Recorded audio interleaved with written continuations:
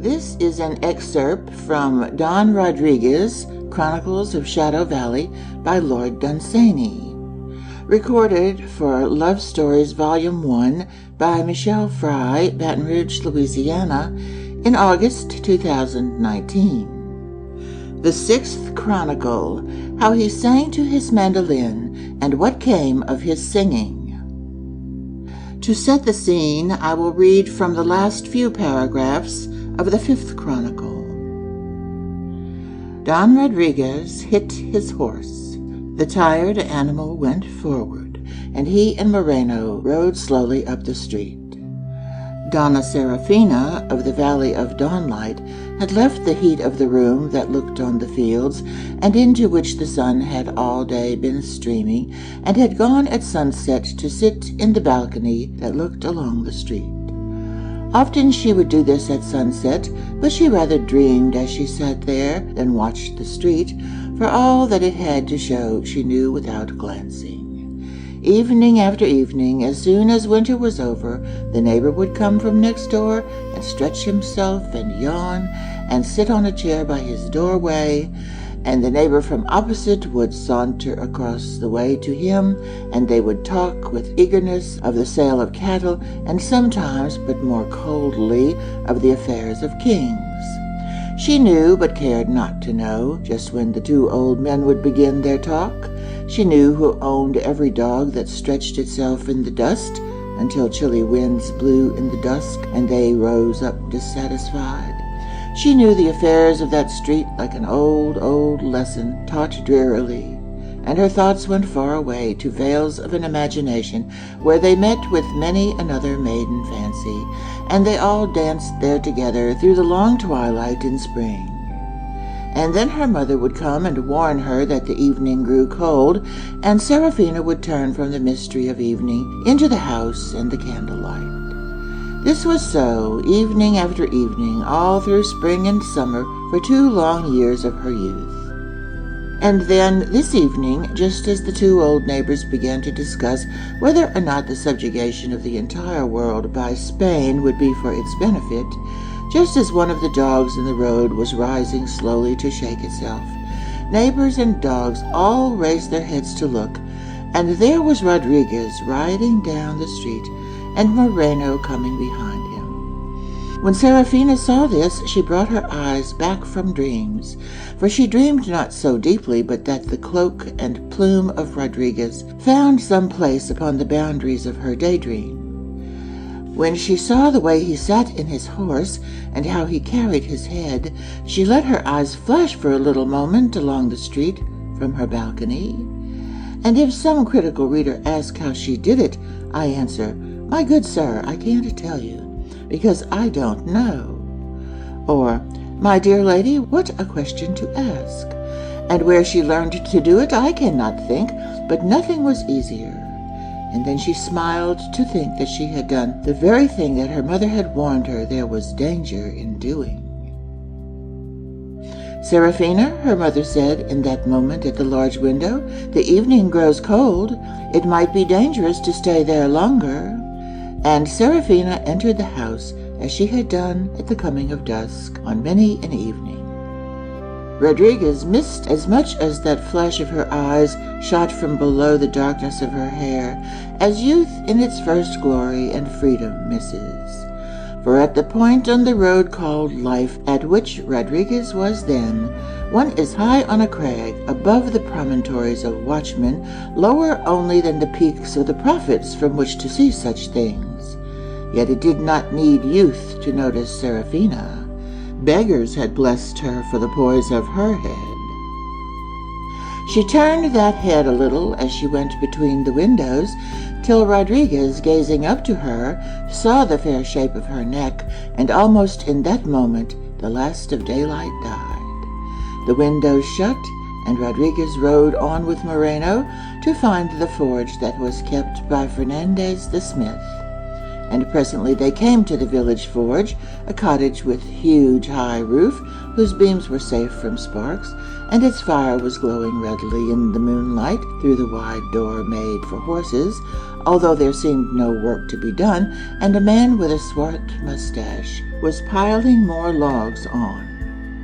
Over the door was burned in oak, in ungainly great letters, Fernandez. "For whom do you seek, senor?" he said to Rodriguez, who had halted before him with his horse's nose inside the doorway, sniffing. "I look," he said, "for him who is not Fernandez."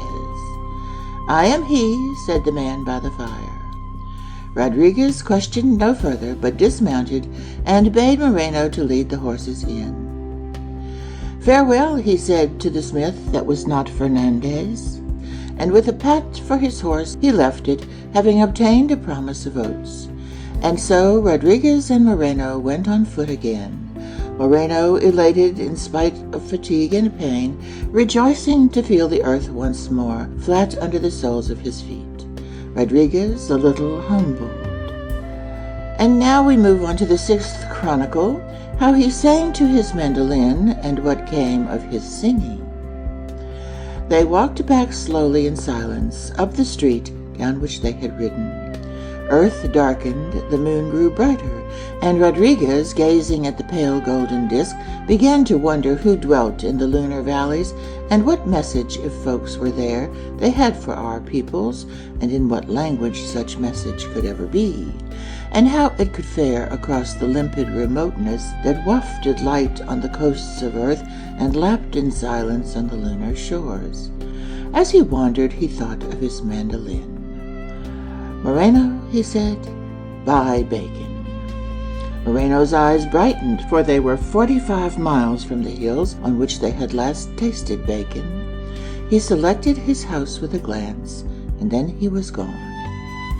And Rodriguez reflected too late that he had forgotten to tell Moreno where he should find him. And this with night coming on in the strange village. Scarcely, Rodriguez reflected, he knew where he was going himself. Yet if old tunes lurking in its hollows, echoing though imperceptibly from long-faded evenings, gave the mandolin any knowledge of human affairs that other inanimate things cannot possess, the mandolin knew. Let us in fancy call up the shade of Moreno from that far generation. Let us ask him where Rodriguez is going. Those blue eyes, dim with the distance over which our fancy has called them, look in our eyes with wonder. "I do not know," he says, "where Don Rodriguez is going. My master did not tell me." Did he notice nothing as they rode by the balcony? "Nothing," Moreno answers, "except my master riding." We may let Moreno's shade drift hence again, for we shall discover nothing. Nor is this an age to which to call back spirits. Rodriguez strolled slowly on the deep dust of that street, as though wondering all the while where he should go, and soon he and his mandolin were below that very balcony, whereon he had seen the white neck of Serafina gleam with the last of daylight.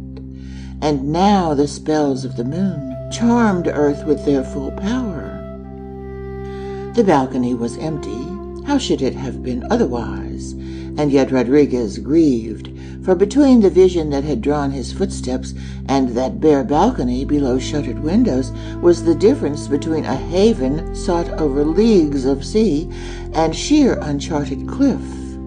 It brought a wistfulness into the music he played, and a melancholy that was all new to Rodriguez.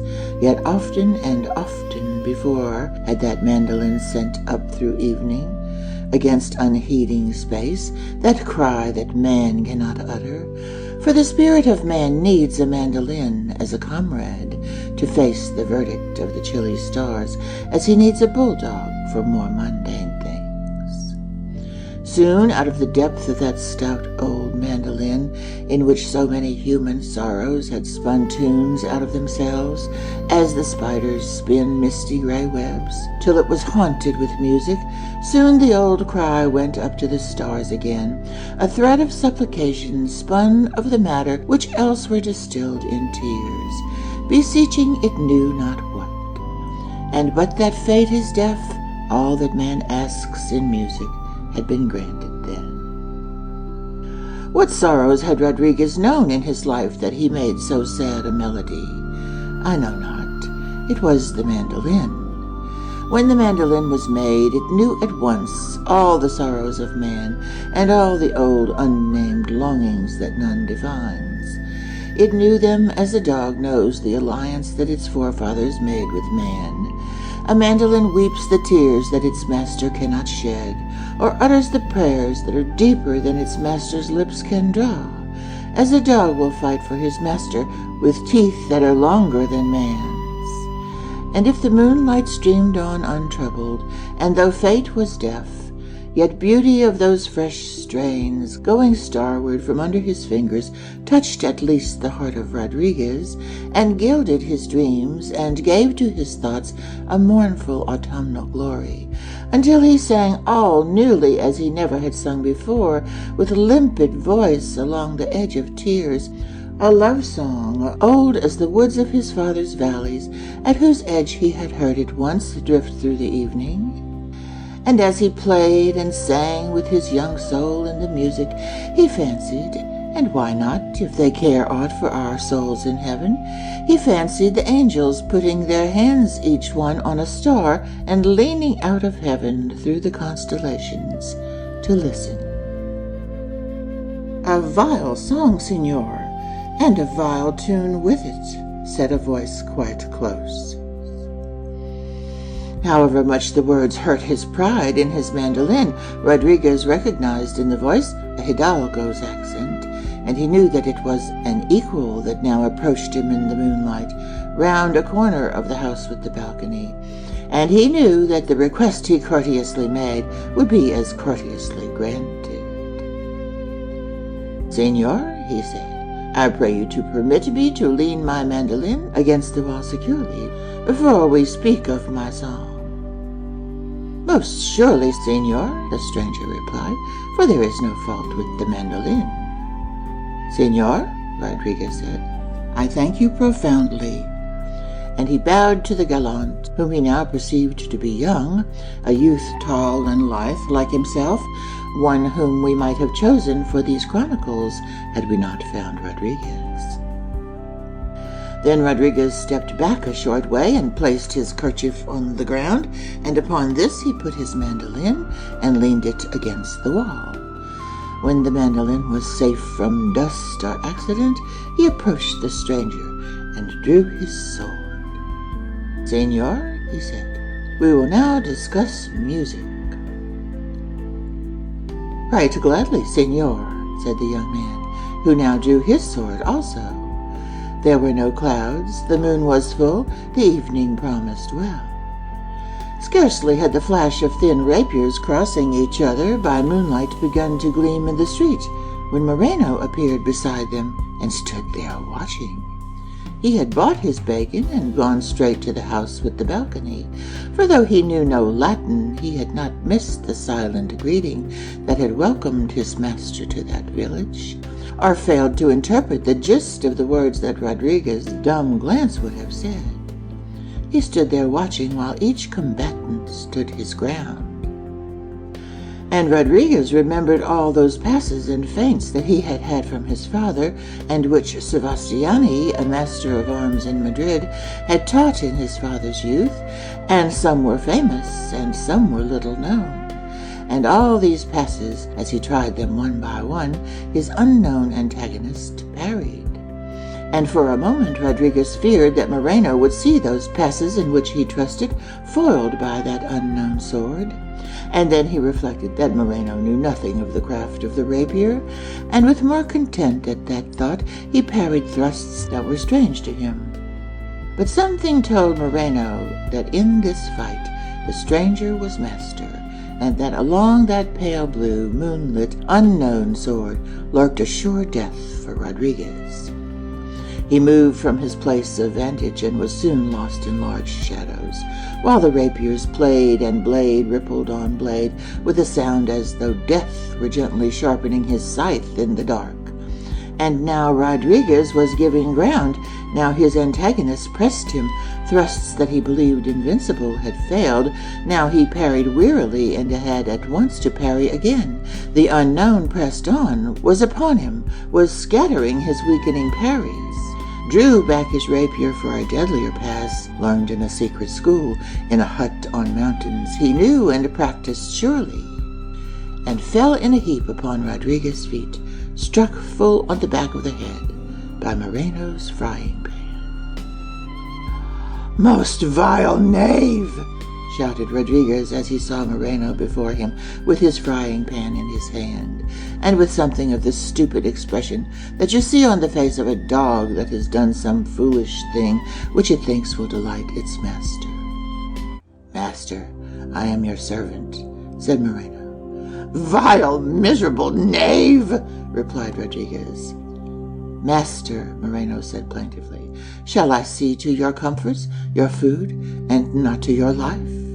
"Silence!" thundered Rodriguez as he stooped anxiously to his antagonist, who was not unconscious but only very giddy, and who now rose to his feet with the help of Rodriguez.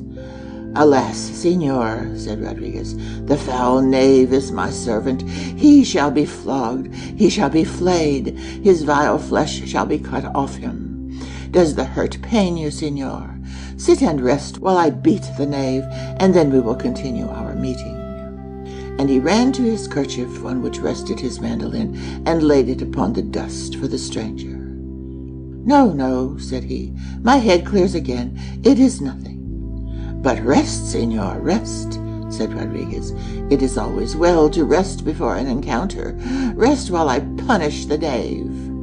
And he led him to where the kerchief lay on the ground. "Let me see the hurt, Signor," he continued, and the stranger removed his plumed hat as Rodriguez compelled him to sit down. He straightened out the hat as he sat, and the hurt was shown to be of no great consequence. "The blessed saints be praised," Rodriguez said. "It need not stop our encounter. But rest a while, Signor." "Indeed, it is nothing," he answered. "But the indignity is immeasurable," sighed Rodriguez. "Would you care, Signor, when you are well rested, to give the chastisement yourself?" "As far as that goes," said the stranger, "I can chastise him now." "If you are fully recovered, Signor," Rodriguez said, "my own sword is at your disposal to beat him sore with the flat of it, or how you will. Thus no dishonor shall touch your sword from the skin of so vile a knave." The stranger smiled. The idea appealed to him. "You make a noble amend, Signor," he said as he bowed over Rodriguez's proffered sword. Moreno had not moved far off, but stood near, wondering. What should a servant do if not work for his master, he wondered, and how work for him when dead? And dead, as it seemed to Moreno, through his own fault, if he allowed any man to kill him when he perceived him about to do so. He stood there puzzled, and suddenly he saw the stranger coming angrily toward him in the clear moonlight with a sword. Moreno was frightened. As the hidalgo came up to him, he stretched out his left hand to seize Moreno by the shoulder. Up went the frying pan. The stranger parried, but against a stroke that no school taught or knew, and for the second time he went down in the dust with a reeling head. Rodriguez turned toward Moreno and said to him, "No, realism is all very well, and I know that my duty as author is to tell all that happened, and I could win mighty praise as a bold, unconventional writer. At the same time, some young lady will be reading all this next year in some far country, or in 20 years in England, and I would sooner she should not read what Rodriguez said. I do not, I trust, disappoint her." But the gist of it was that he should leave that place now and depart from his service forever. And hearing those words, Moreno turned mournfully away and was at once lost in the darkness, while Rodriguez ran once more to help his fallen antagonist. "Signor, Signor," he said with an emotion that some wearing centuries in cold climate have taught us not to show, and beyond those words he could find no more to say. "Giddy, only giddy," said the stranger. A tear fell on his forehead as Rodriguez helped him to his feet. "Señor," Rodriguez said fervently, "we will finish our encounter, come what may. The knave is gone, and—" "But I am somewhat giddy," said the other. "I will take off one of my shoes," said Rodriguez, leaving the other on. "It will equalize our unsteadiness, and you shall not be disappointed in our encounter. Come," he added kindly. "I cannot see clearly as before," the young hidalgo murmured. "I will bandage my right eye also," said Rodriguez, "and if this cannot equalize it—" "It is a most fair offer," said the young man. "I could not bear that you should be disappointed of our encounter," Rodriguez said. "By this spirit of hell that has got itself clothed in fat and dares to usurp the dignity of man." "It is a right fair offer," the young man said again. "Rest yourself, señor," said Rodriguez, "while I take off my shoe," and he indicated his kerchief, which was still on the ground. The stranger sat down a little wearily, and Rodriguez, sitting upon the dust, took off his left shoe.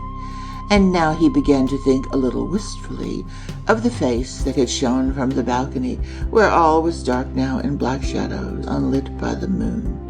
The emptiness of the balcony and its darkness oppressed him, for he could scarcely hope to survive an encounter with that swordsman, whose skill he now recognized as being of a different class from his own, a class of which he knew nothing. All his own feints and passes were known, while those of his antagonist had been strange and new, and he might well have even others. The stranger's giddiness did not alter the situation, for Rodriguez knew that his handicap was fair and even generous. He believed he was near his grave, and could see no spark of light to banish that dark belief. Yet more chances than we can see often guard us on such occasions. The absence of Serafina saddened him like a sorrowful sunset. Rodriguez rose and limped with his one shoe off to the stranger, who was sitting upon his kerchief. "I will bandage my right eye now, señor," he said.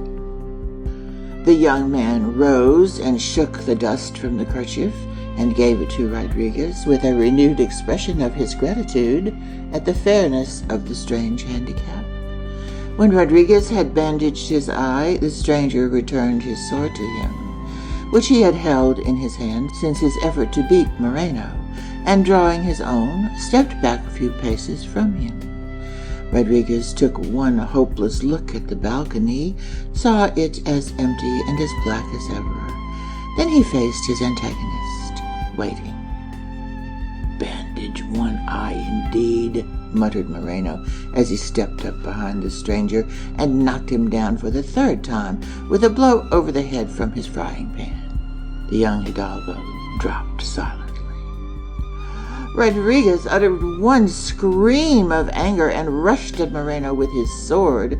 Moreno had already started to run, and knowing well that he was running for his life, he kept for a while the start that he had of the rapier. Rodriguez knew that no plump man of over 40 could last against his lithe speed long.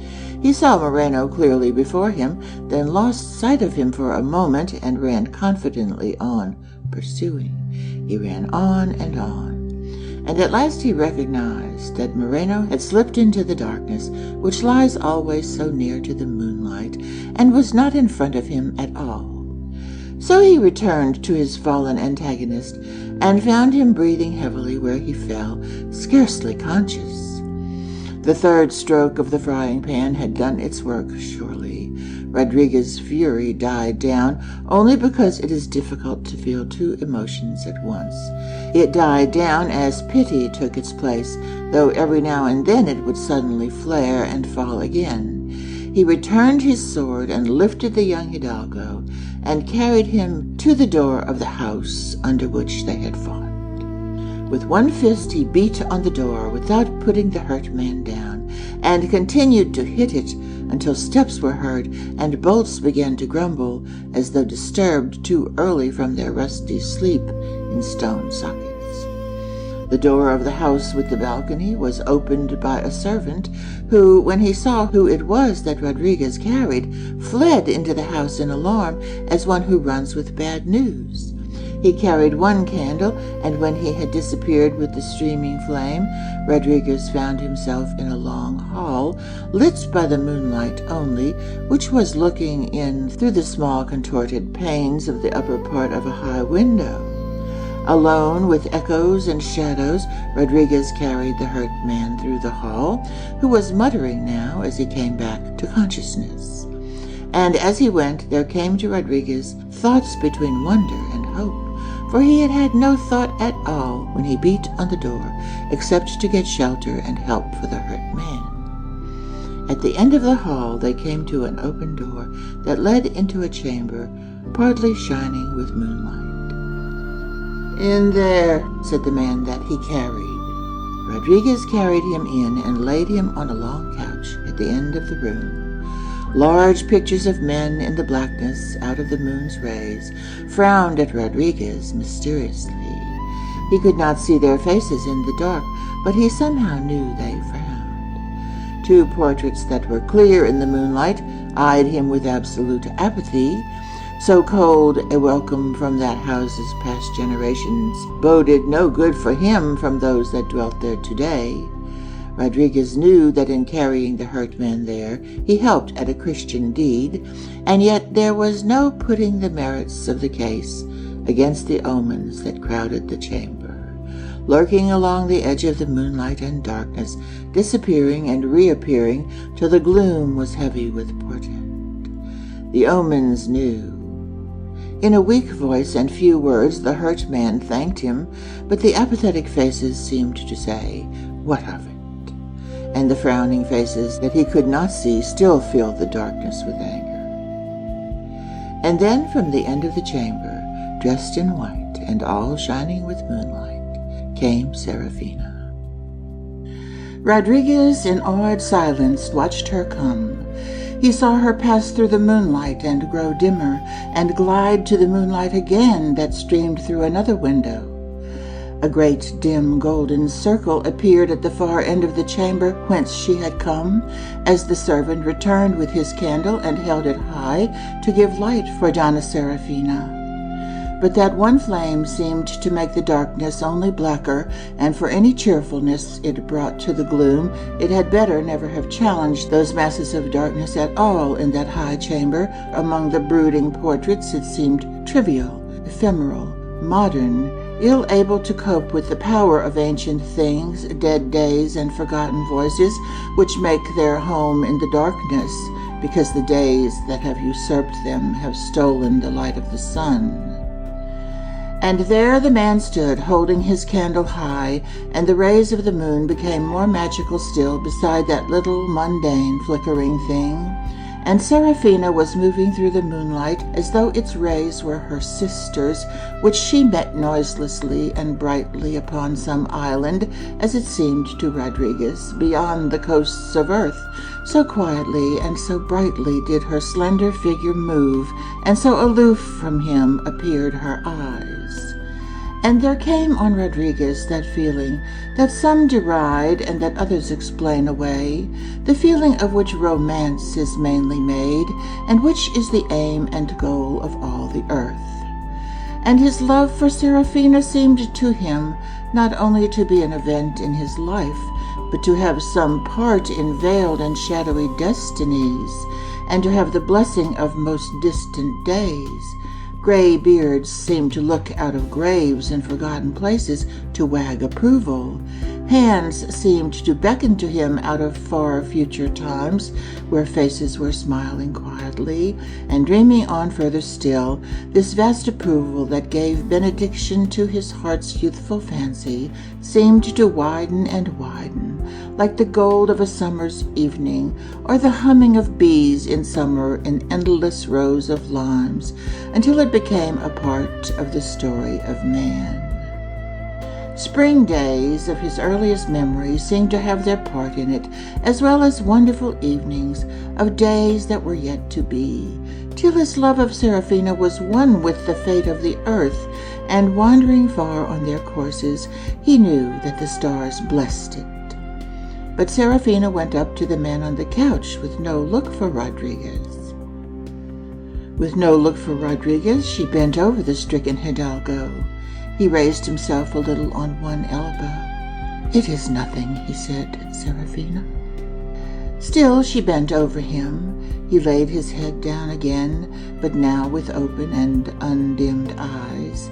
She put her hand to his forehead. She spoke in a low voice to him. She lavished upon him sympathy for which Rodriguez would have offered his head to swords, and all, thought Rodriguez, for 3 blows from a knave's frying pan. And his anger against Moreno flared up again fiercely.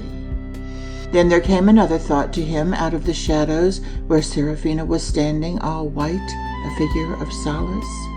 Who was this man who so mysteriously blended with the other unknown things that haunted the gloom of that chamber?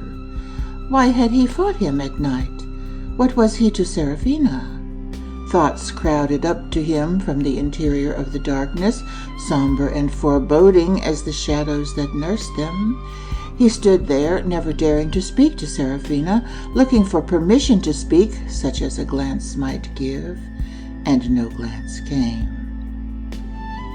And now, as though soothed by her beauty, the hurt man closed his eyes. Serafina stood beside him, anxious and silent, gleaming in that dim place. The servant at the far end of the chamber still held his one candle high, as though some light of earth were needed against the fantastic moon, which, if unopposed, would give everything over to magic. Rodriguez stood there, scarcely breathing. All was silent. And then through the door by which Serafina had come, past that lonely golden moon-defying candle, all down the long room across moonlight and blackness, came the lady of the house, Serafina's mother. She came, as Serafina came, straight toward the man on the couch, giving no look to Rodriguez, walking something as Serafina walked, with the same poise, the same dignity, though the years had carried away from her the grace Serafina had, so that, though you saw that they were mother and daughter, the elder lady called to mind the lovely things of earth, large gardens at evening, statues dim in the dusk, summer, and whatsoever binds us to earthly things. But Serafina turned Rodriguez's thoughts to the twilight in which he first saw her, and he pictured her native place as far from here, in mellow fields near the moon, wherein she had walked on twilight, outlasting any we know, with all delicate things of our fancy, too fair for the rugged earth. As the lady approached the couch upon which the young man was lying, and still no look was turned toward Rodriguez, his young dreams fled as butterflies sailing high in the heat of June that are suddenly plunged in night by a total eclipse of the sun. He had never spoken to Serafina or seen before her mother, and they did not know his name. He knew that he, Rodriguez, had no claim to a welcome. But his dreams had flocked so much about Serafina's face, basking so much in her beauty, that they now fell back dying. And when a man's dreams die, what remains if he lingers a while behind them? Rodriguez suddenly felt that his left shoe was off, and his right eye still bandaged, things that he had not noticed while his only thought was for the man he carried to shelter, but torturing his consciousness now that he thought of himself. He opened his lips to explain, but before words came to him, looking at the face of Serafina's mother, standing now by the couch, he felt that, not knowing how, he had somehow wronged the penates of this house, or whatever was hid in the dimness of that long chamber, by carrying this young man there to rest from his hurt. Rodriguez's depression arose from these causes, but having arisen, it grew of its own might. He had had nothing to eat since morning, and in the favoring atmosphere of hunger, his depression grew gigantic. He opened his lips once more to say farewell, was oppressed by all manner of thoughts that held him dumb, and turned away in silence and left the house. Outside, He recovered his mandolin and his shoe. He was tired with the weariness of defeated dreams that slept in his spirit exhausted, rather than with any fatigue his young muscles had from the journey. He needed sleep. He looked at the shuttered houses, then at the soft dust of the road in which dogs lay during the daylight. But the dust was near to his mood, so he lay down where he had fought the unknown hidalgo. A light wind wandered the street like a visitor come to the village out of a friendly valley, but Rodriguez's 4 days on the roads had made him familiar with all wandering things, and the breeze on his forehead troubled him not at all. Before it had wearied of wandering in the night, Rodriguez had fallen asleep. Just by the edge of sleep, upon which side he knew not, he heard the window of the balcony creak, and looked up wide awake all in a moment. But nothing stirred in the darkness of the balcony, and the window was fast shut. So whatever sound came from the window came not from its opening, but shutting. For a while he wondered, and then his tired thoughts rested, and that was sleep. A light rain woke Rodriguez, drizzling upon his face, the first light rain that had fallen in a romantic tale. Storms there had been, lashing oaks to terrific shapes, seen at night by flashes of lightning, through which villains rode abroad, or heroes sought shelter at midnight. Hurricanes there had been, flapping huge cloaks, fierce hail, and copious snow, but until now no drizzle. It was morning. Dawn was old and pale and gray and unhappy. The balcony above him, still empty, scarcely even held romance now. Rain dripped from it sadly. Its cheerless bareness seemed worse than the most sinister shadows of night. And then Rodriguez saw a rose lying on the ground beside him. And for all the dreams, fancies, and hopes that leaped up in Rodriguez's mind, rising and falling and fading, one thing alone he knew, and all the rest was mystery. The rose had lain there before the rain had fallen. Beneath the rose was white dust, while all around it the dust was turning gray with rain. Rodriguez tried to guess how long the rain had fallen. The rose may have lain beside him all night long, but the shadows of mystery receded no farther than this one fact, that the rose was there before the rain began. No sign of any kind came from the house. Rodriguez put the rose safe under his coat, wrapped in the kerchief that had guarded the mandolin, to carry it far from low light, through places familiar with roses and places strange to them, but it remained for him a thing of mystery until a day far from then. Sadly he left the house in the sad rain, marching away alone to look for his wars. End of the 6th Chronicle of the Chronicles of Don Rodriguez, How He Sang to His Mandolin and What Came of His Singing, by Lord Dunsany.